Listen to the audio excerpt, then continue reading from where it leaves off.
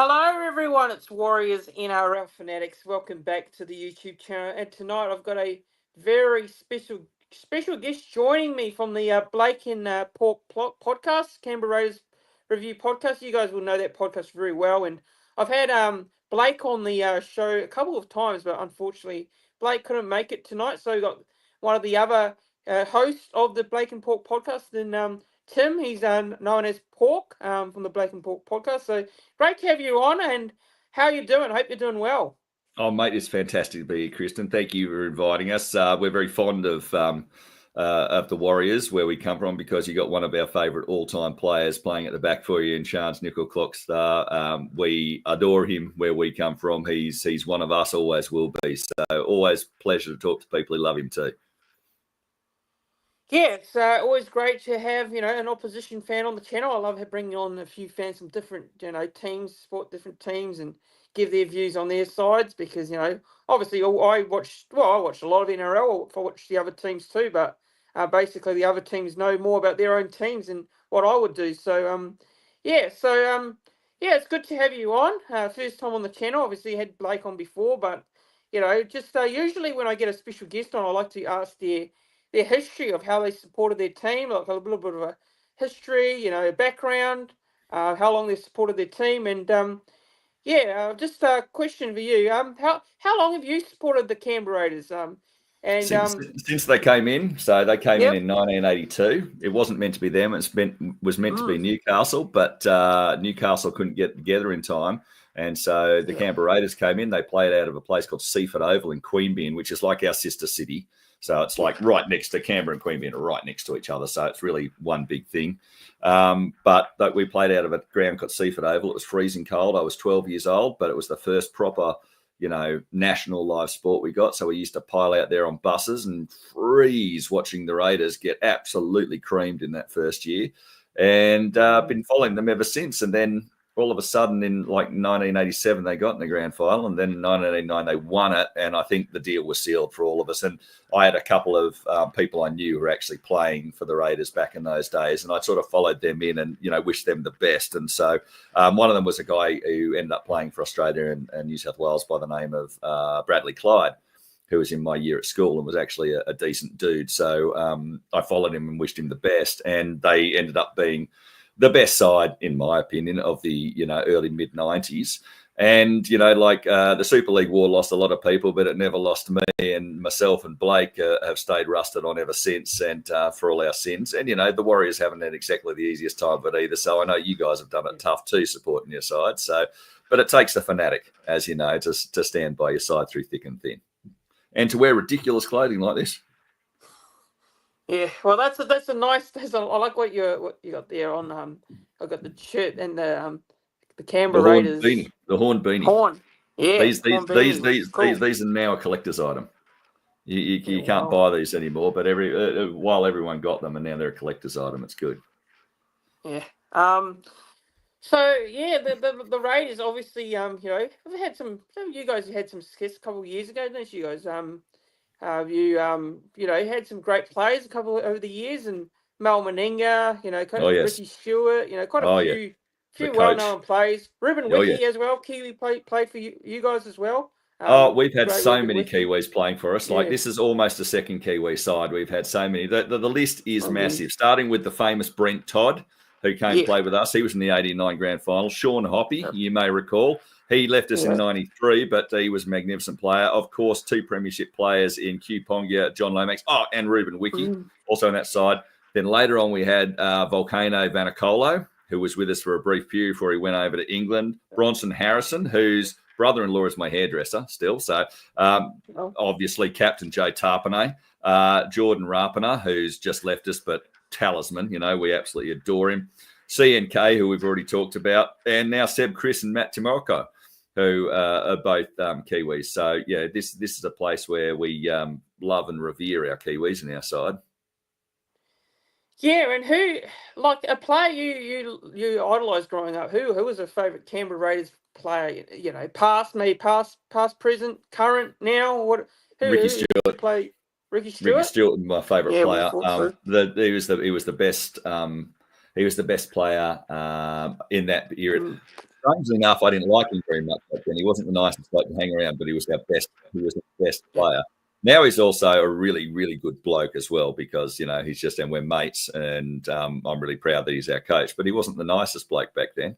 But he was the best player I ever saw. And but for the Void injury in '91 and the broken ankle in '93, I think he'd be in the mortal conversation, no question asked, because I still haven't seen people talk about Andrew Johns this, Sean Johnson that, Alfie Langer the other, Jonathan Thurston, Stupid Cronk. I've still never seen a better half than Mickey Stewart. And yeah, I'm biased, but I've never seen one. Yeah, and also favorite Canberra Raiders memory. Whether you attended the game live or a game you watched on the screen, or what's your favorite Canberra Raiders memory? The first grand final win in '89 when John Chicka Ferguson goes over to tie up the scores, it still brings the tears to my eye when I watch it. That was really exciting. Back in 1983, we won a match against Parramatta, who went on to be the premiers that year with a great try to David Grant. I will never forget that moment. I was actually at the 94 grand final, but it was a bit of a non-event of a game in the end, but it's a special memory for me. And the 2019 season had lots of good things, but I think there was a home and away game against the Melbourne Storm where we were down by 18 points to 0, and we came back, and right at the end, Josh Papali'i went across and scored the try that put us up and won the match. And I screamed so hard I damn near prolapsed, and I will never forget that moment because it was against, probably our biggest enemy in the Melbourne Storm. But it announced that we were actually the real deal at that stage, and to have it beat Papa as well. So I think that's actually probably out of everything my favourite memory. Yeah, and there's always a favourite memory, but there's always a least favourite memory, and that's something you probably don't want to be remember. But what is a memory that probably is a memory that you feel like it's been like a nightmare as a Raiders fan going back? Yeah, no one ever wants to watch a losing grand final, and when the losing grand final comes on the back of incompetence by the officials, you really don't want to see it. So in the 2019 grand final, we had a trainer on the field not being policed who got in the way of a charge down. We had a referee reverse a 6-again decision, and then straight after that, the touchy and the referee missed Joey Manu, great player, knocking on a dummy half just before Takiyahu goes through and sets up the try that wins it for the Roosters. So that's probably my low light because that was our match. We played better than they did, and we still came away as losers. So, and look, that's the story. They've got their name on the cup. We have to live with that. It's gone and dusted, but not my favourite memory and not a match I've ever watched again. Yeah, I remember that grand final, and I feel you guys did, had that, stunning year. You guys made the grand final, and a few surprises along the way because I don't think a lot of people expected the Raiders to be featuring in a grand final against the Roosters. No, and that's our CNK was one of the reasons we did that. He does it now for you guys. He puts his body probably a little bit too hard. He puts his body on the line, like he leaves nothing out on, like he leaves nothing behind. It's all left out on the field. He throws himself at anything with a passion and a drive. And as far as a human to get to know, he is just one of the nicest humans. He makes you want to be a better person. He's that good. Like, I love him. And I never wanted him to leave. I understood why he had, and we all supported him, and we still love him now. So even when he's scoring tries against us, we still love him. So that's the mark of the man. Yeah, very nice bloke as well, because I was there was a video going out on social media last week. There was a little kid. He got to meet Chance Nickel-Klugstad after the game. Chance Nickel-Klugstad came by, and he was like the last player out there on the field. And he came up to a little kid, and then got a photo of the little kid at the game, which is pretty cool. Cool moment actually. He's always doing on social media, which is pretty amazing. All the fans love him. Like everyone who sees him, friend or foe, sees what he's like and sees him, and you can't help but love him. You can't help but love the way he goes about the game. But you've got a lot of players that are popular. So Roger Tuivasa-Sheck, I mean, he's one of nature's great gentlemen too, and what a superstar. So, you can't look at him and not think to yourself, my goodness gracious, you just admire him. Even when he's ripping you apart, you think to yourself, what a great player. A lot of people hate Dallin. Not this podcast. This podcast loves Dallin because Dallin, like Jordan Rapana, makes shit happen. He is never boring. He's never beaten, and he's always going to give 100%. And that's what you want to see in football. He's a character. So we love him as well. Got a lot of time for your Luke Metcalf. Probably the best up-and-coming halfback in there. Dangerous as hell. He's had a bit of bad luck with injury, but I've seen the signs with him. He's going to be a great player and is, the centre of everything that happens there at the New Zealand Warriors. And one of the reasons we're really worried this weekend, because his running game, his kicking game, and his passing game are all about as good as it gets, and he's only going to get better. So yeah. And it's good for us that you've got James Fisher-Harris and you've got Barnett out this week, because they've both been killing it. They're both superb players. So the game would be poor for not having them in there. But apart from that, the side across the field, and Tamari Martin owes us one, because last time he was in Canberra and he missed that conversion from straight in front. He won't have forgotten that. And he's going to come out and try and rip the Raiders a new one, I suspect. Yeah, and speaking of this game on Sunday, actually, it's a Sunday game. So hang on, that was Harris Tavita who missed those. It wasn't Tamari Martin. Sorry. Yeah, no, it was Harris. It was Harris Tavita that missed the kick, but he's actually not. We'll go through the lineups. But speaking of this game this week, Sunday afternoon, this is a game between second v third on the NRL ladder. Who would have thought that at the beginning of the season? Yeah, yeah, I can't believe it myself, because obviously we played you guys already. And the last time we played you guys was in Vegas. Yeah. You guys, massively, physically, we were up against it. You guys were, your forwards had a huge game, and we weren't able to get any, go forward ourselves. But that game in particular, I want to ask you back on that game, and that was a while ago. But what did you think of the, like your performance in that game in particular? How you guys went about it? Because a lot of people at the start of the season, I was talking to Craig, Kiwi Canberra guy, Mr. Norbergs. Yeah, Craig. I had great old friend of mine. We've worked together. We're old I had him on the channel, and we were previewing the game, and because we talked about how the Raiders were written off at the start of the year, and I know that's right. Ricky was very vocal about it in his press conference, how people were tipping them for the spoon, and and all not that anymore, sort of stuff. But it's taken them a while not to. Like I think I think the New Zealand side was jumped, because I think they saw all the press and actually assumed that the press was actually correct. And the thing is, the Raiders, if you followed any of the form, they had a rotten year last year with injuries and bad stuff like that. But they actually weren't, they were actually quite competitive in a few zones. They could fade out of matches, but they were quite competitive and won a few good matches. And while I think on paper the New Zealand Warriors side was better, by the time they realised that the Raiders meant business and were really up for it and the press was bad, they had a mountain to come back, and they were playing catch-up football, and then a few mistakes came. And I think that's the story of the match. I don't think the New Zealand Warriors are going to fall for that again somehow. I don't think they're going to fall for that again, and they'll be coming out from the get-go. And the back line is very, very strong. I'm looking at, one of the strongest back lines here in the comp. We're C&K, Dallin on one wing, Roger on the other, Capewell and Pompey in the centres with Harris Tavita and Metcalf. That's a very strong back line.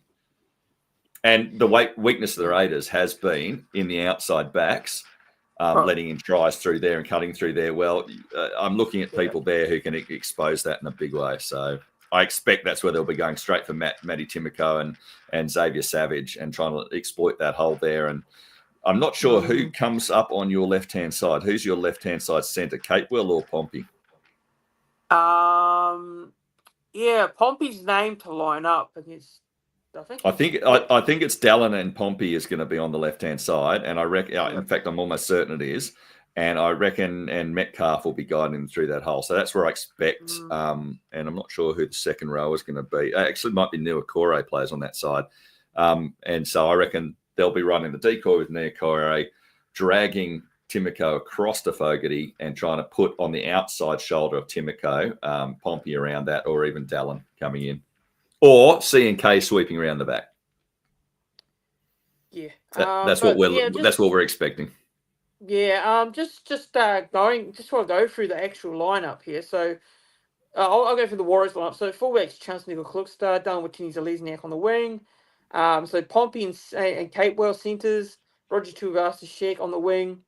So this week Capewell is actually captaining the side. So Chanel Harris-Tavita 5'8" for Luke Metcalf. Jackson Ford comes in. He returns from concussion, so he's back. Wade Egan's hooker, of course. Bunty Afoa lining up in the prop position there.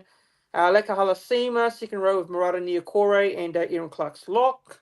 And then the bench, of course, is Tamare Martin, Jacob Laban, Dimitri Vamuanga, and Tanner Smith, who made his debut last week. So I was about to say, I hadn't heard of him before, so I'm glad he made his debut because I haven't been. I usually follow. Christchurch born. Yeah, Christchurch born. He made his debut up at South Brisbane Islander last week. Yeah, South Islander is still allowed on the side, right? Okay, well that's good. That's good. Yeah. So, and for the Raiders, we've got Kyo Weeks coming off his best game for the club last week. You can't coach speed. He doesn't need to be coached in speed. He's fast as. We got on one wing the revelation this year. We got him out of the Dragons system. Probably paid overs for him, people thought, but we didn't. Tamale on one wing. He's been fantastic. On the other wing, he's had an up and down season, but last week for Xavier Savage was up with 3 tries. In the centres, we got Matt Timoko and Sebastian Chris. Timoko's had some defensive frailties. Seb Chris got torn apart by Crichton the other day, but that happens to a lot of people. You can get torn apart by him. In the halves, Ethan Strange, who might not get a call up for New South Wales this year, but he's going to be called up. He's got that full-on style of play that's going to get there. And Jamal Fogarty, who's departing us at season's end at halfback. In the front row for us, we've got Corey Horsburgh, who shouldn't be playing because he should be playing for Queensland, as should Capewell, but for some reason they missed out. So Corey's going to be angry, and that's a problem for you guys if it works out poorly. If he gets angry and does something stupid, then that's a good thing for you. But if he gets angry and runs through you, that's going to be a bad thing. I have a feeling he's going to be a handful. Joe Tarpanay, I don't need to tell you anything about him. See the Kiwi captain now? If he's not, he should be, because he is outstanding, our captain. We love him. Tommy Starling in between, just re-signed for another 2 years. Simi Sasangi, also a Kiwi there in the second row, replacing Hudson Young. Zach Hosking, who has been a revelation. If he can stay fit, the bloke is a star. And Morgan Smithies, who had probably his strongest game for the club last week. He has slimmed down and he's hitting the line hard, the Englishman. Owen Paddy's in 14, the reserve hooker. And there's a lot to him. He's getting better and better with each run. What I'm really excited about is in the number 15 jersey. He comes from the New South Wales South Coast town of Narooma. He has a mullet. He's got the best mullet in the competition. It is, business up front and fun down the back. His name's Noah Martin, and he is a superstar. You heard it here first. He's having his debut game. He will leave nothing in reserve. He's coming out. Tip him to star in this. Then in 16, we got someone everyone knows on the bench, Josh Papali'i. Don't need to tell you anything about him. And then Adam Mariota, also there on the bench, who is, the quiet achiever, doing really well. So, look, it's a good side for us. Missing Hudson Young. We do have some defensive frailties there. And we've got Jed Stewart, Ricky's son, as the 18th player. And you've got Tom Ale there as well. And I don't see anything. No, that'll pretty much stay as it is. But, yeah. So, they're two. Like, I think we probably, just because you're missing James Fisher-Harris and missing Mitchell Barnett, I think we've got the edge in the forwards. But I think just on experience, home ground advantage, and just the nous of the players like Dallin and Roger and Luke Metcalf, I think you might just have the balance in the back. So we saw in the match against Canterbury, the Raiders absolutely dominating the first half going through the forwards. But in the second half, the backs of Canterbury ripped us to shreds. I think we could see something similar here. I think this one will go down to the wire.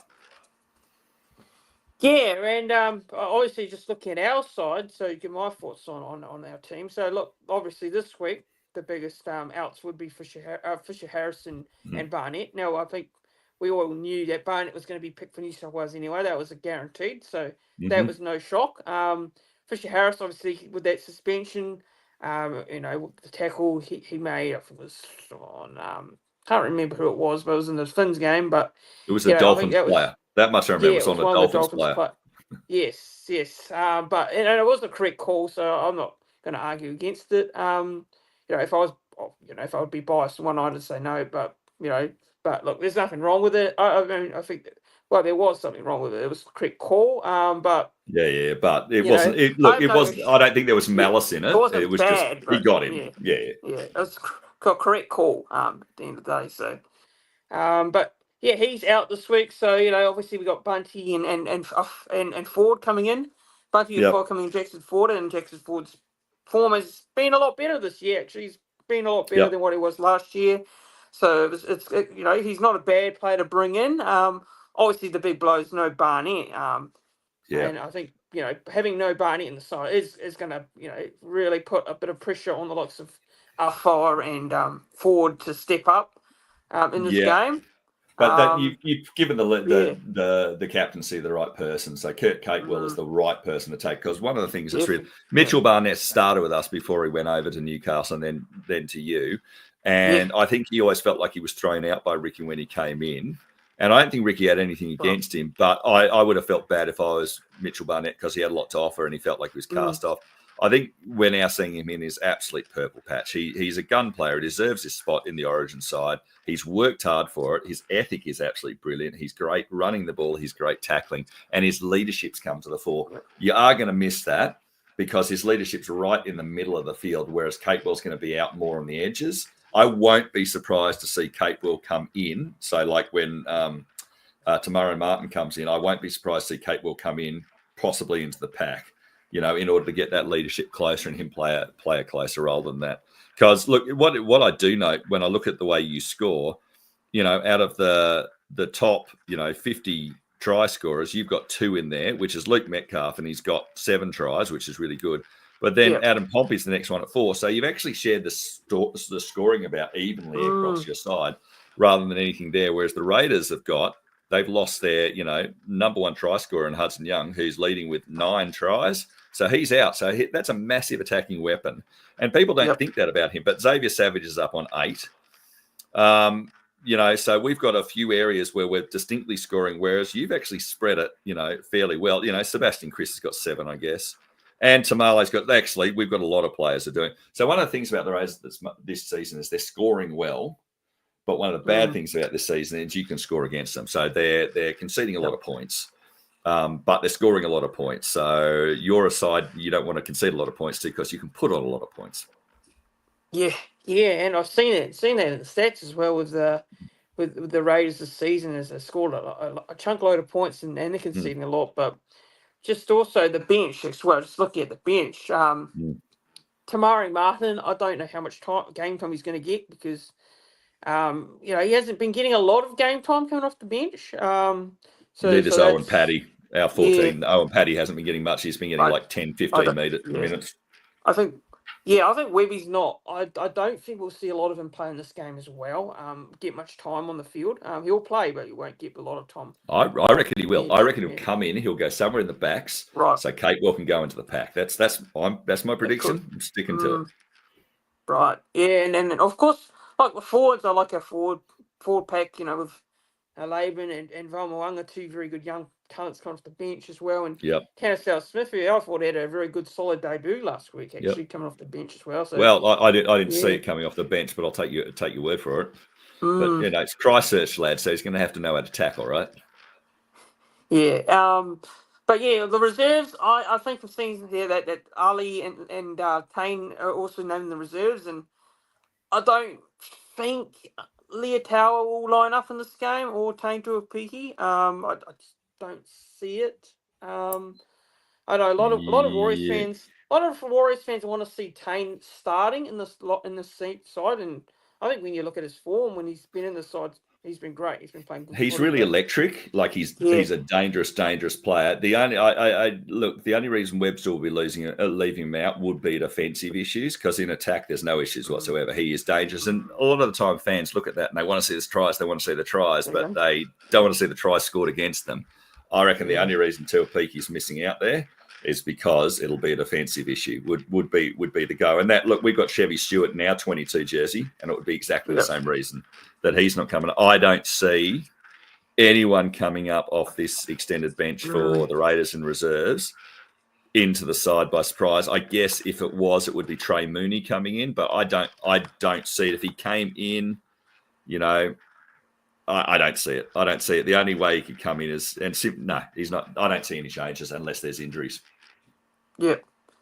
And of just looking at maybe like some key matchups. What do you think? Maybe a matchup that's probably a matchup that could decide this contest on Sunday. What matchup are you Well, looking out for? look, for us, we go back in history, and there's a guy on your side that regularly rips us apart and has done it Yep. since he's been playing for you, and that's Wade Egan. The way Mm. he comes out of dummy half and creates space there and puts us in two minds, either the left or the right, he does it both ways. He's routinely either making breaks against us or engineering breaks. He's smart around the ruck. He's a really good hooker, but he's a really good defender as well. He's good running the ball. He's always caused us trouble. I'll be looking for, well, I'm not looking for him. Maybe he doesn't cause us trouble, but I suspect he will. Yeah. The other one is Luke Metcalf. The way he runs the ball and goes across the field, he's going to be an utter handful for us. When I watched you guys this season in the second match, when you went out to that massive lead and you got pegged back, we couldn't understand it. But the way he plays, I know it was last season. That's right before he got injured. The way he plays goes out. It's just like who is going to stop him? He's a little bit too good for everyone. The old guile of Roger. Now Roger's a little bit slower than he ever was, but he's smart and he's got all the skills to burn. And is he the best looking player in the game? Yeah, I think probably. But, I don't bat that way. But if I did, Rog, he's got everything. Look, I really am looking at Pompey and Dallin Watney-Zelezniak to really challenge the right-hand side defence of the Raiders. That is the matchup. So Savage and Timoko against those two, I think, is going to be the key match in the game. If Savage and Timoko can hold their position against those sweeping runs, then the Raiders, I think, will win. And if they can't, I think the Warriors will win, and possibly comfortably. Yeah, I think the one thing I do want to mention is the weakness that last week the Dolphins were exposing was Dallin with his Lesniak side of the field, because basically when you look at his defence, he's been rushing out. He rushes out quite a bit, and it's something that us Warriors fans are a bit nervous about because his defence is a bit all over the place at the moment since he's been back. But I think it's something that the Raiders maybe can look to target. If there was an area that the Raiders would look to target, it's probably that side. Look, he's rocks and diamonds, right? He can absolutely blow it, Dallin. And I've been watching him since he started under Ivan Cleary at Penrith. I've been watching him and playing all these games, and I've seen the rocks and diamonds. But the issue is he's older, he's got guile, and he rarely has two bad matches in a row. Rarely does that. So if you go out after him, you're just as likely for him to crucify you. He's not just a character in the game. We loved our Jordan Rapiner, right? We adored him. He's gone from us now. But we see, we always think Dallin and Jordan were basically, imagine them in the same side. It would just be chaos. You never know what's going to happen. But again, he leaves it all out in the field. We could target him. I'm going to be surprised if we do. I think the Raiders are going to look at Jackson Ford and Bunty Arfoa, and they're going to say the advantage we've got here is through the middle with the big boys, and they're going to try and play it up through the middle with a lot of dummy half play and stuff around the ruck to push it back there, hold the ball, and really try and grunt it through, and then throw it out to the backs. I don't think they'll be looking for going to the back. I reckon they're going to be going up the guts, and that's the opportunity they'll be seeing. Whether or not they pull that off, I don't know, because the pack's still pretty damn good as far as I can see. Yeah. And how's Tom Starling go? What do you make of his form at the moment? Something happened to him. So last season, I was not expecting him to stay in the club. I thought he was going to go another one because we've got Owen Paddy's come up and he will be the long-term hooker. And then all of a sudden we've signed the Brayley from Newcastle. He's on the bench up there, who's a hooker, right? So I thought they'd made their plan. But they've just signed him for 2 years. And that's on the back of his form from about halfway through last season and continuing now. For a little bloke who really, you think, oh, how can he make it work? He just puts his entire heart and soul in it. And as a result, while he does have flaws in his game, he's got better and better, and he drives the Raiders forward with his passion. So he's taken on this real on-field leadership role, which doesn't befit what I thought was his talents, his skills, or his ability. And so people look at him like he's a liability, I guess, at some points, like he's small and so we'll run over him. Well, that hasn't been happening. People haven't been running over him. But more to the point, he's been an attacking weapon that's really added to our foil. I thought by this stage Paddy would be the lead hooker, but Tommy's held him out on form, not for any other reason. So I was one of those people who's born without any sporting talent whatsoever, right? I couldn't play. My great thing in life is I love sport, but I can't play. I'm useless at it. Tommy's one of those people who loves it. They had enough to get there, but was it going to be enough to keep him there? Well, it looks like his drive and his passion is going to keep him there, and he's doing really well. Is he Cameron Smith? No, he's not Cameron Smith, but he's what he is the best version he can possibly be himself. He's fast around the ruck. He won't die wondering, but yeah, he has some defensive frailties in there, and he isn't that big.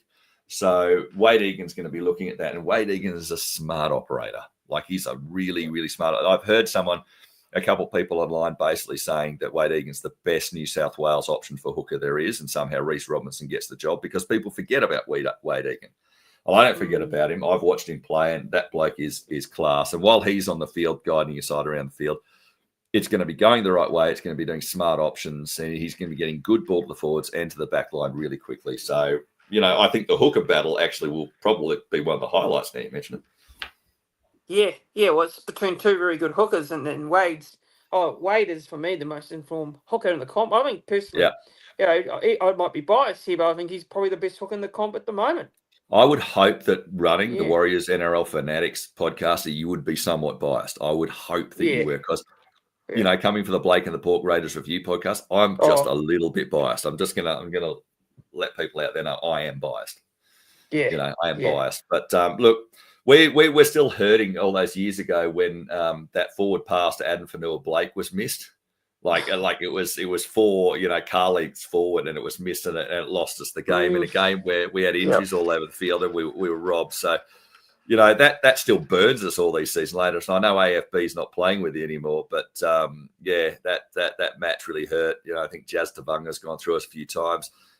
Sean Johnson, beating us. Remember that one where he scored 2 field goals in the last 2 minutes to beat us? Like, not 1 field goal, but 2 field goals. We didn't even get to extra time. He scored 2, right?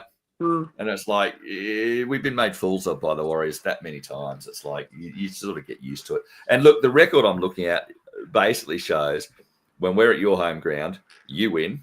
And when we're at our home ground, we win.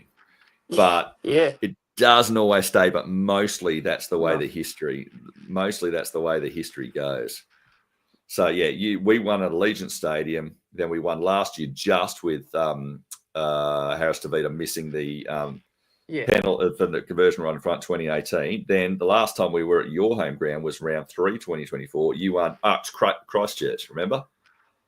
You won 18-10, and the time before that was up at Auckland in 2023, 21-20, where we just failed to come back in that match. And then before that, you absolutely in Jared Croker. This is another thing we owe you for. Jared Croker's 300th game, 36-14, spoiled the party, ripped us a new one, made us look like the jokes that we were, sent us all home really miserable on a really cold night. So we didn't like that. We did not like that. Do you remember that match? Yeah, I remember that. I remember that one. Yeah, and we had a player play on debut as well, Leah Tower. That's right. Coming up against Croker, and Croker, we spoiled the party that night. Well, Jack Whiten tried to do everything and did nothing as a result instead of sticking to the game plan.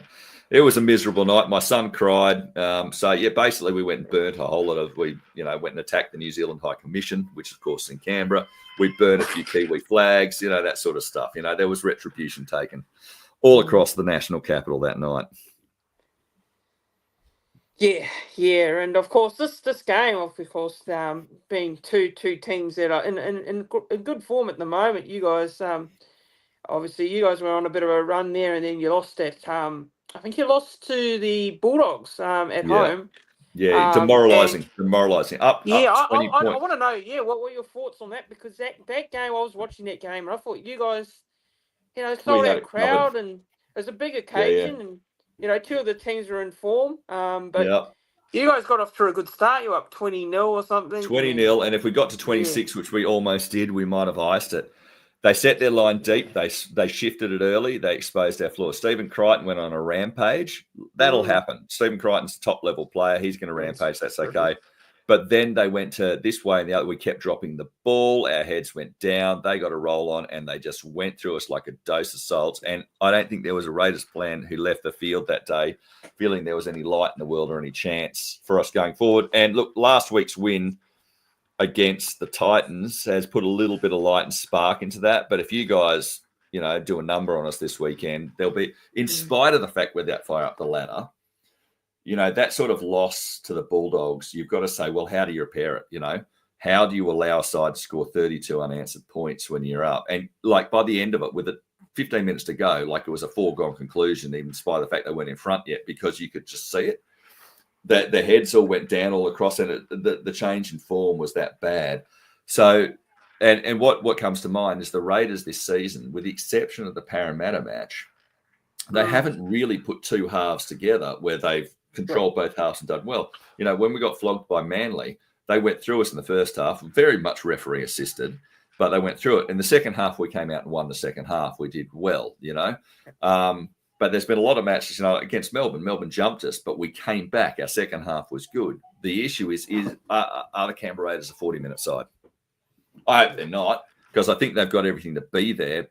And Ricky came out in the press basically saying, look, it's 1% of their week. 80 minutes is 1% of these players' week, and they've got to come out and do their job in that 1% of the week, and he's right. And so our problem is we don't have any depth. Albert Hopewate got injured, and the other one's coming through. So we don't have any room to bring up any wingers or centres. They're not there to bring up, unless we buy someone into the club. So what we've got has to work. And if opposition sides are finding a hole like Matt Timoko's, outside shoulder defence and getting through it, how do you compete with that? What do you do? So that's why I expect fully for you guys to be coming for that, because in that Canterbury match, while it was Crichton who went through Chris to really get them back into the match, what iced it was they went through that spot 4 times. And the last time was, what's his name? The big unit came down from North Queensland, has the dyed hair at the top, second rower. Can't think of his name. I'm talking about that. Their second row at the Bulldogs. He went through a gap between Timoko and Savage, which was like my arm span, and no one even put a hand. Like, it wasn't like he bashed through a tackle. He waltzed through it. He walked through the gap. So it was, Villa might kick out. That's what I'm talking about. So hopefully they've learned their lesson, but the thing looked so bad at the time that maybe it's like a real problem going forward. Whereas, we've already talked about the problem I can see for you guys. While you've got Mitchell Barnett and James Fisher-Harris on the field in the front row, you're going to be as good as any pack on the field, especially with Egan between it. The chance the Raiders have this weekend is that Jackson Ford and Bunty Arfoa are there instead. And they're up against Corey Horsburgh, who's got a point to prove, missing out on, Origin. Joe Tarpanay, who's, I would say, the best prop in the comp, although AFB, Barnett probably have arguments with it. They'd be the only two. Or am I missing somebody? Who am I missing who would have arguments with? Payne Haskell, I guess, could have arguments with it. Yeah. But Joe Tarpanay is just stinking unstoppable. So I think the front row advantage there. And then when the bench rotations come in, we bring on Josh Papali'i and Ada Mariota onto that, whereas you're bringing Valamonga and Stower Smith, right? So that's that drops away. So that would be where I think the Raiders are going. But when it comes to the back line, I think you might have this on a touch there, just on experience.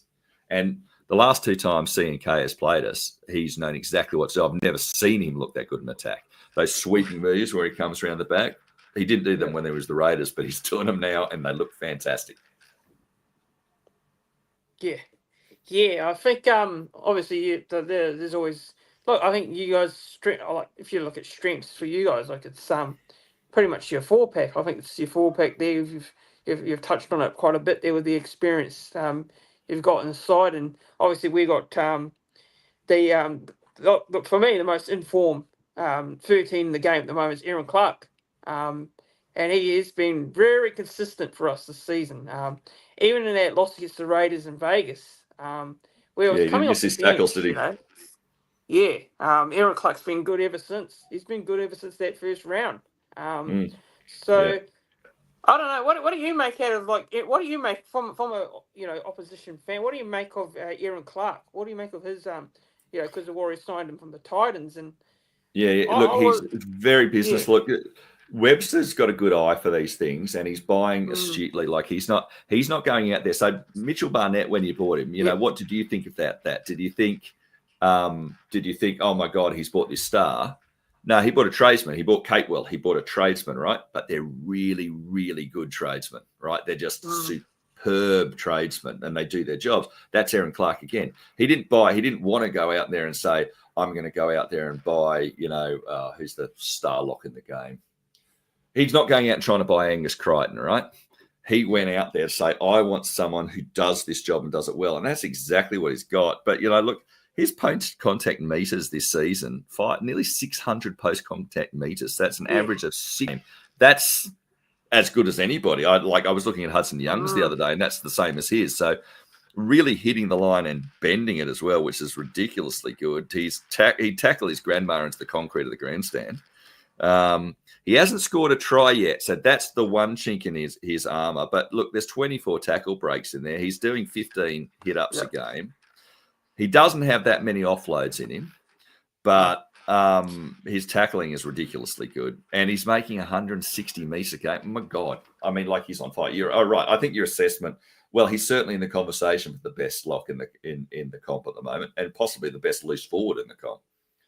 Back rower / lock, because those are remarkable statistics, absolutely remarkable. And and that's it. Look, you're flying under the radar. If you ask people that hadn't really been paying that much attention, who's in the top 4, make you bet they wouldn't say the Raiders or the Warriors. Make you bet they wouldn't. No. So, but these are the reasons. There's unheralded players there doing stuff, and so people come up and they think, "Oh, what's this then?" And then they're getting jumped from because they're not paying attention. I think it's to your benefit. Because, but I'm sure the Raiders, because we're in the same thing, will have done there. It's just whether or not they can stop him. Those numbers suggest he's not something you can stop, but you just hope to minimize the damage.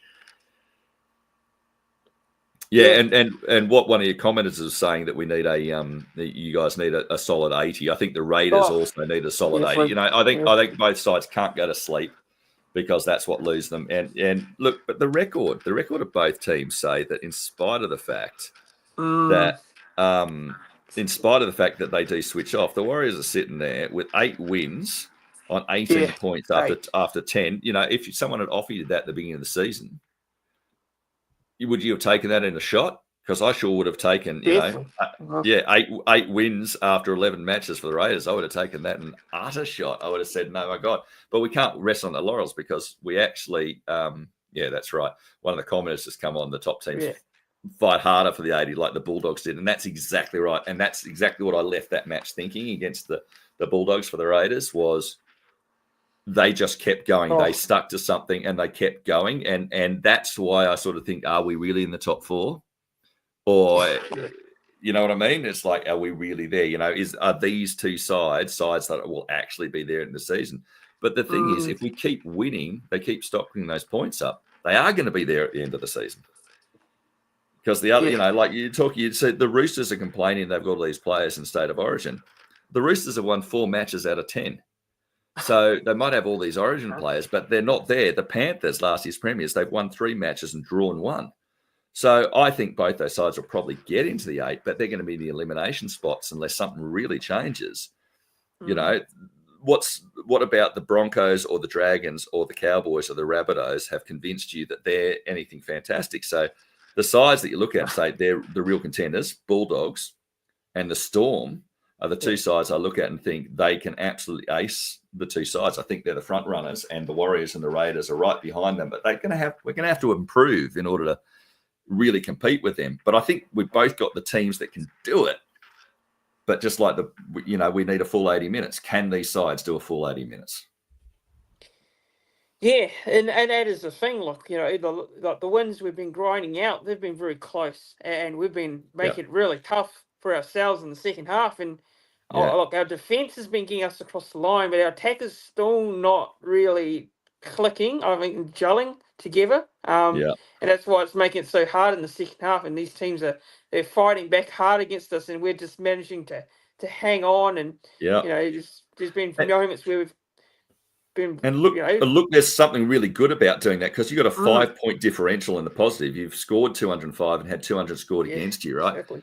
But there, in that, you've won 8 and lost 2. So, at the end of the season, you've got the stuff in the bank. Yeah, the Broncos haven't just been inconsistent. The Broncos haven't just been inconsistent. I don't believe the Broncos at all. They've got some good star players in there. They do. Well, Jason, yes, we do. You do just win in the last 10 minutes, but you consistently win in the last 10 minutes. So, it's like, it doesn't matter when the knockout punch comes, you're doing it and you're still standing. Warriors are competing right to the end. They have brain farts, they fall out, they do dumb things, but they keep coming. So you don't actually pack up shop. What worried me about the Raiders was we packed up shop against the Bulldogs in the second half. It was like there was nothing we could do to stop the tsunami. But yeah, like, your record's remarkable, and don't forget that premierships are won on defence. And right now, apart from the Bulldogs, you've got the best defence in the comp. So ironically, there's the Knights have almost as good as yours, who are right down the bottom, but they've only scored 128 points this season. They've only let in 200 points. The Raiders have let in 254. So we're what is that, five points a match worse than you guys, but we scored 318, so we're 10 points better in attack.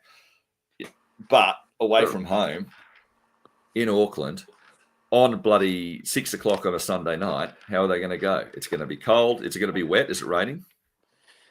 I'm not too sure, actually. I'm not too sure what the weather forecast is over there, but hopefully it's not. Hopefully it's a dry game. But I think it'll be. It's more an advantage if it's a wet game, because actually, I don't know. I don't know. It brings everyone back. Yeah. Well, actually done okay in the wet weather this year, so.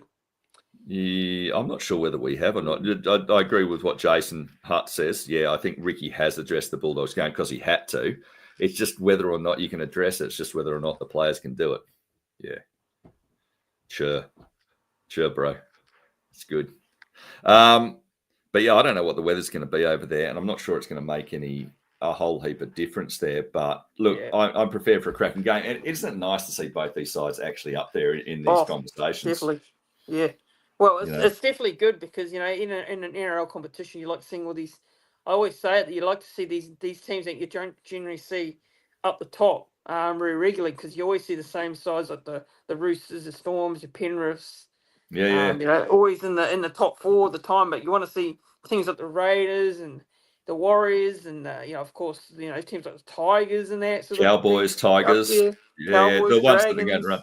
See, like, if we can't win this season, I'd be more than happy to see you guys win this season. Like, it would definitely be, And look, when you guys have got to the grand finals, like 2011, those who weren't going for, those who weren't going for the Sea Eagles, right? It was the Sea Eagles, wasn't it? Yeah, it was. Yeah. Well, those who weren't going for the Sea Eagles, which was only the Sea Eagles supporters, because everyone hates Manly, were going for the Warriors, and were disappointed that you didn't win, because you're an exciting side. And when you knocked out Melbourne, everyone loved you for it. Everyone loved you for it. It was just when Sean Johnson went through. When Sean Johnson went through in that match, how good was he? Like, how good was he? And then seeing all the New Zealand supporters in the crowd, and you always get a good Kiwi crowd there in Melbourne. But just the way they beat that system, and they beat it because they played that off-the-cuff running football, and it was just joyous to watch. And it was a real disappointment when it got to the grand final, and, Manly won it because, one, everyone hates Manly, and two, it's because I think everyone wanted to see the Warriors win. I don't think it's one of those ones like you talk about in rugby union, the gulf between the All Blacks and the Wallabies. That's a different thing, because the Wallabies are a complete and utter joke, and the All Blacks are actually a side that can play rugby. But in this, it's really nice that the Wars have been up there for a couple of seasons now, where they've been, they're no laughing stock. No one takes them lightly. They've got respect, and I think I was a bit worried when Webster came over after a really good start that he fell away a little bit. But now I think he's got the ship on even keel and doing what it was. And I remember him from when he was the blue shirt trainer with the West Tigers, thinking he was a good operator. And I think whoever spotted him and put him up, pretty shrewd. And, you know, the Warriors have sacked more coaches than any other side, right? I think in this thing, the one thing that leads to success is sticking with your coach. And I think this is the time when you put the flag in and stick by Webster and his plan, and you don't let any backstabbing. You just keep working at it, because what I'm seeing now is the foundations for a side that, you know, can be successful for quite a while, which it should have been for ages, because, you know, it's a one nation side, which, you know, I don't know, the misrepresentation. Look, Aboriginal and Torres Strait Islanders are completely overrepresented in the rugby league. You know, they 3% of the population in Australia, and I think they make up 20% of the actual spots in the sides, and that's because they're magnificent athletes, and they love the game. Well, tell me a Kiwi, find me a Kiwi who's not good at this stuff. You know, they're just absolutely bloody brilliant at it. So the fact that you haven't won a premiership yet, it's wrong. But once the floodgate's broken, people will be regretting it, because we'll be trying to kick you out of the competition so you don't win anymore. Yeah, well, I don't know many Aussies that would actually like us doing well at the comp, because there's always certain people on social media which you know don't want to see us do well, and they say the odd calls, and you know, but no, I'd prefer you doing well to the Storm. I prefer you doing well to the Seagulls. I prefer you doing well to the Broncos. I prefer you doing well to the Dragons. Definitely over the Roosters. Take you over the Roosters any day of the week. So yeah, no, definitely choose the Warriors over that. I mean, but the Raiders have a very close connection to the Kiwis anyway, so we don't like losing to you, but we don't hate you. Yeah, and I just want to give ask your prediction for this game, because look, I mean, I think obviously both teams. I think this would be an even game. I think it's going to be an even game. You know, take the players that we've got out with Barnett and Fisher Harris out of the side, but obviously we've still got the side that are able to. You know, I think still will be able to get the job done. But again, I'm not expecting a easy game. It's second versus third. You got to remember, and the Raiders aren't sitting with a. It's not a it's not a how do I describe it? It's not a fluke that they're they've beaten in the top 8. They've beaten the Storm, they've beaten the Sharks that are in the top 8. They've beaten the Broncos who have just left the top 8. So they've actually beaten contender sides. Yeah, we got bollocks by the Bulldogs, but like we've beaten a fair bit of stuff, and it hasn't been a fluke there. But look, the story of this is you're the second best defense in the comp after the Bulldogs. So you're not going to let anything in easy at all. So the Raiders are going to have to work hard for anything. You're not going to give up a damn thing. But we do score points. So it'll come down to which one's going to win, our really good scoring or your really good defense. But it's going to be close. This game will be decided by 4 points or less. I don't know which way it's going to go. Hope it's us, but it could well be you. You're at home.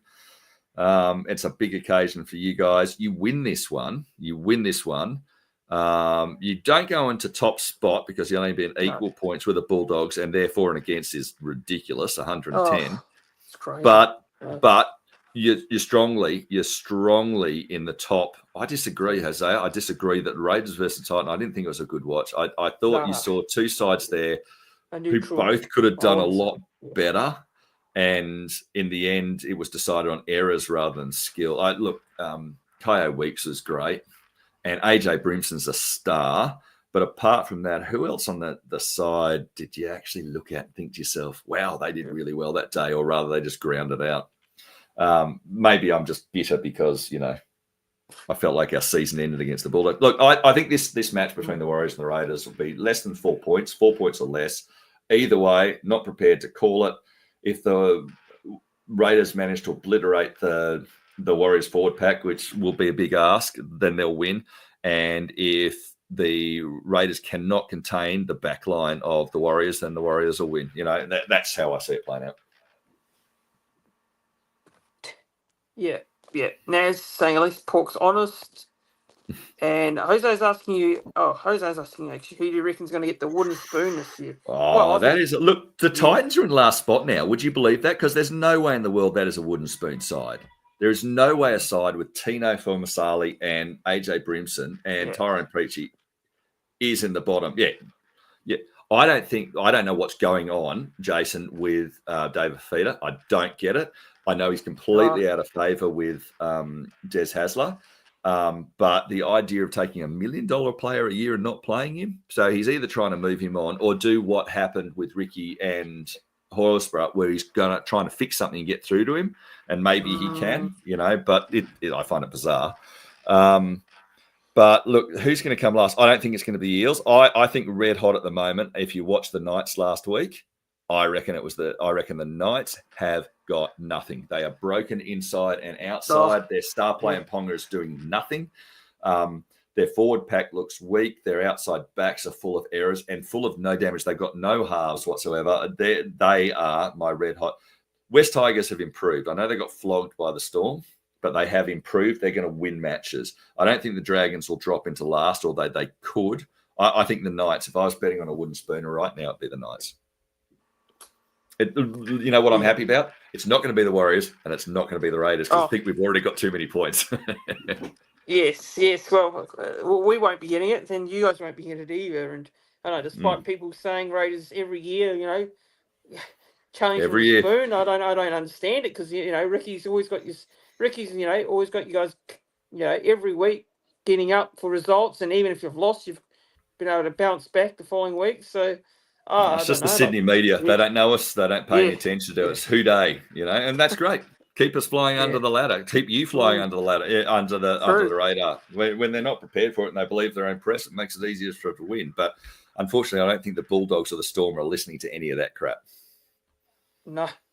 And a lot of hype around the Bulldogs at the moment because they're doing so well. But it's about when it comes to the big games, it's in October, right? It's when you really need to step up and make your mark in September and October. So, like the moment we're doing well, no doubt about it. But I'm not prepared to get too carried away with it or get excited because it's a long season. And this competition, you're seeing some results, odd results each week. The odd team you don't expect to win, they win. Then the other team you expect to win, they don't win. So it's been jumping around and sides giving up leads everywhere. So you've got coming up after this, you've got the Rabbitohs away.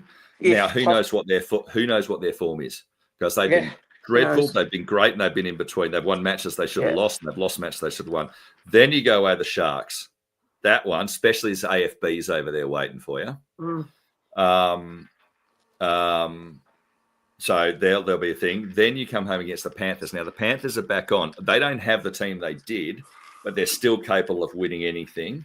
And then you go away where you'll be able to see this one against the Bronx on Saturday, 28th of June. But you'll have a big crowd as well.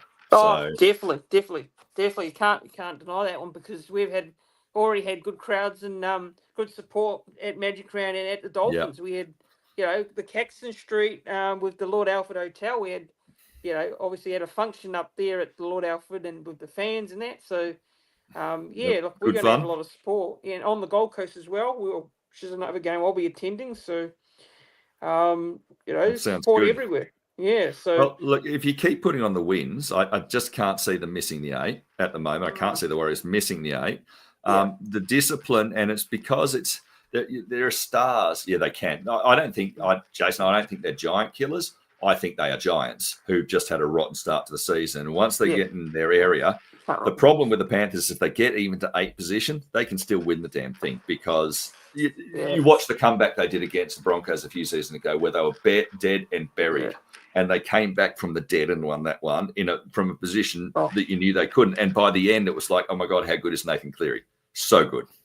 Yeah. So I don't think they're giant killers. I think they are still giants. They've had a rotten start to the season and they were due one.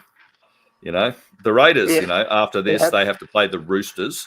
Then they get the Rabbitohs as well. Then the West Tigers and then the Knights, which is, they owe us, but whatever. So And the Raiders still have three buys to come. They haven't had a buy. They're the only side that hasn't had a buy. So they need a rest really, really badly. So, and that might go against them too because they've had no rest. Like, whereas all the other sides had a week off and had good breaks, the Raiders had nothing. So maybe, and this has been suggested, maybe their poor form in second halves, not putting on 80 minutes, just playing 40, has been because they're buggered, and that 40 minutes is what they got. Yeah, well, look, I'm hoping you don't put on a good second half performance against us on Sunday, but we get to have our buy, and obviously the next couple of weeks are huge because we've got a couple of games away, and we've got the Souths and the Sharks as well. They're tricky.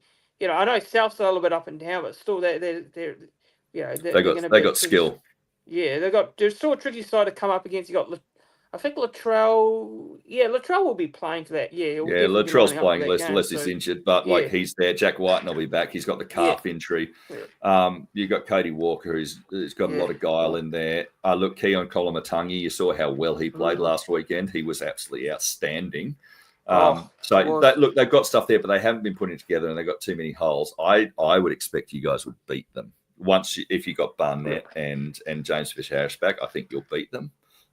But they can beat anybody because Latrell can do it. He's a freak. He can. Yeah. Oh, I think the one game that potentially we could drop is probably the Sharks in Cronulla. I know we've beaten them there last year. I'm sure they'll have a bit of redemption on their mind after, last season we went down there and we had nothing to play for, and we spoiled the Sharks, party in that game. So I think Sharks is a game which will. I think maybe is a potential game we could drop in. Look, even if we drop the next couple of games, we're still sitting relatively in the top 8. So it's maybe. Look, you say you didn't have anything to play for. Arguably, you didn't. But the reality was in that particular match, you played with a freedom that they didn't have. And it did sort of expose their shortcomings, right? It did expose their shortcomings. For as good as everyone thinks that Nicho Hynes is, sometimes when the blowtorch goes on the belly, he does go missing. I think he's a great player and stuff, and in the right environment can do it, but occasionally he goes missing. The thing is, Braden Trindle stepped up this season, and it's covering a bit for that. Will Kennedy is absolutely outstanding. Iro and Ramian are great outside backs, and both Stone Street on one side, or they got injured. I'm not sure how bad that is. And the other one, you've got, is it Montoya? On the other side, Marcelo Montoya. They're great. So they're actually quite a good attacking weapon, but sometimes Nicho Hynes goes missing. I haven't seen Luke Metcalf go missing yet.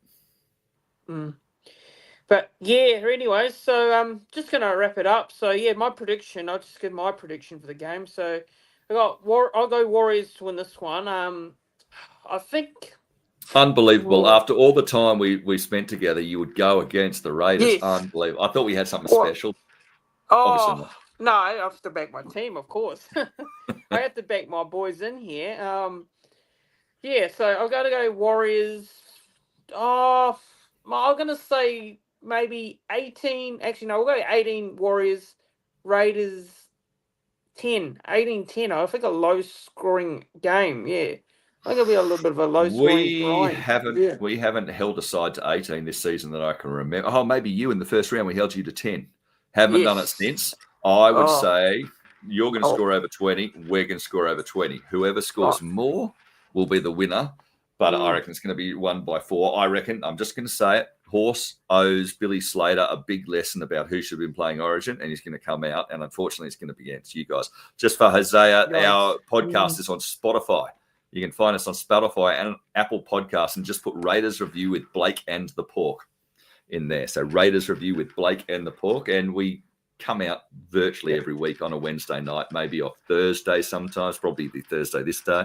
But we come out. And look, it's been awesome coming and meeting you guys. And we hold, like I said, we hold the Warriors very fondly, and not when you beat us, but in general in Canberra, because we just got such a strong link with the Kiwis, like when we were getting wiped out after the salary cap in, 1991. And we had to go find players. We came to New Zealand. We found Sean Hoppy. We found John Lomax. We found Quentin Ponga. And we went back to the top on the back of players like that. They were outstanding for us, and we loved them. Ruben Wiki. Oh, my God. How much do we love Ruben Wiki? So much.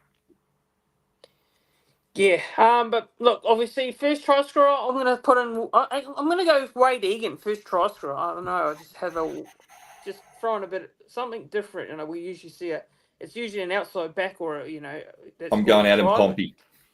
Adam Pompey, first try scorer. Right. That's first try scorer for me. Or Luke Metcalf, one of those two. Luke Metcalf. Yeah, Luke Metcalf's been in good try scoring form at the moment. Actually, he's been doing very well. And anytime try scorer, I'm going to put Pompey in. Yeah, Pompey to score anytime. I think Pompey will score a try anytime for this game. But anytime try scorer, I am going to put in Kyo Weeks because I think he is ready to. He's scoring tries now. He's sorted himself out. He's going to score tries. So anytime, that's who I'm putting it on. Not sure what that means, Peter. Yeah, that's the link. Yeah, Spotify. That's the one. Well done, Isaiah. Yeah, that's the one. Yeah, just click on that link, and that's where you'll find the Raiders review podcast with Blake and Pork. And everyone knows I've had Blake on before, but this is Pork on the channel. So thanks for coming on. I really do appreciate my pleasure. Giving your time up to come on and preview this game with me. And may the best team win. But it's going to say good luck to the Raiders for the rest of the season. Hopefully, good luck to the Warriors. Yes, hopefully both our teams are sitting there in that top 4 at the end of the year. So and we can do this again in the finals. Yes, awesome. Wouldn't that be great? And you take care of our C&K because we will always love him. Always. He's always a Raider. We love him. All right, thank you. I hope to chat with you again. All right, have a good one, everyone. Up the Wars, go the Warriors, and I'm looking forward to the game on Sunday. And thanks for tuning in. Like, share, and subscribe to the channel as well. And go and follow Blake and Pork's Canberra Raiders Review podcast. Cheers, everyone, and have a good one. Go the Warriors. Up the Wars.